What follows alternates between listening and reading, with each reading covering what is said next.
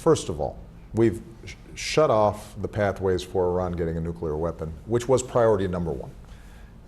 Because if Iran obtained a nuclear weapon, then they could cause all those same problems that you just listed with the protection of a nuclear bomb, and creates much greater strategic challenges for the United States, for Israel, for our Gulf allies, for our European allies. Second, it is true that by definition, in a negotiation and a deal like this, Iran gets something out of it.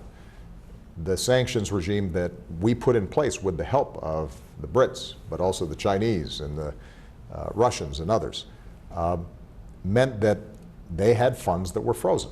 They get those funds back. A large portion of those funds are going to have to be used for them to rebuild their economy. That was the mandate that elected Rouhani, and the Supreme Leader is feeling pressure there. Does the IRGC or the Quds Force have more resources? Probably, as the economy in Iran improves. But the challenge that we've had when it comes to Hezbollah, for example, aiming rockets into Israel, is not a shortage of resources. Iran's shown itself to be willing, even in the midst of real hardship, to fund what they consider to be strategic priorities. The challenge is us making sure that we've got the interdiction capacity, the intelligence, that we are building a much stronger defense against some of these proxy wars and asymmetric efforts. And we've sent a clear message to the Iranians. We are settling the Iran deal, but we still have a big account that we're going to have to work. Hopefully some of it diplomatically, if necessary, some of it militarily. And you've had an intense campaign to sell the argument, which you've set out with great confidence. Yes. Have you managed to change anyone's mind yet of the Gulf states or in Congress? Well, in Congress, I'm confident that we're going to be able to make sure that the deal sticks. With respect to the Gulf states, we had the leaders up to Camp David, and I described for them our interest in making sure that they build their capacity to defend themselves and their territory, and to make sure that destabilizing activities that Iran may be engaging in are checked.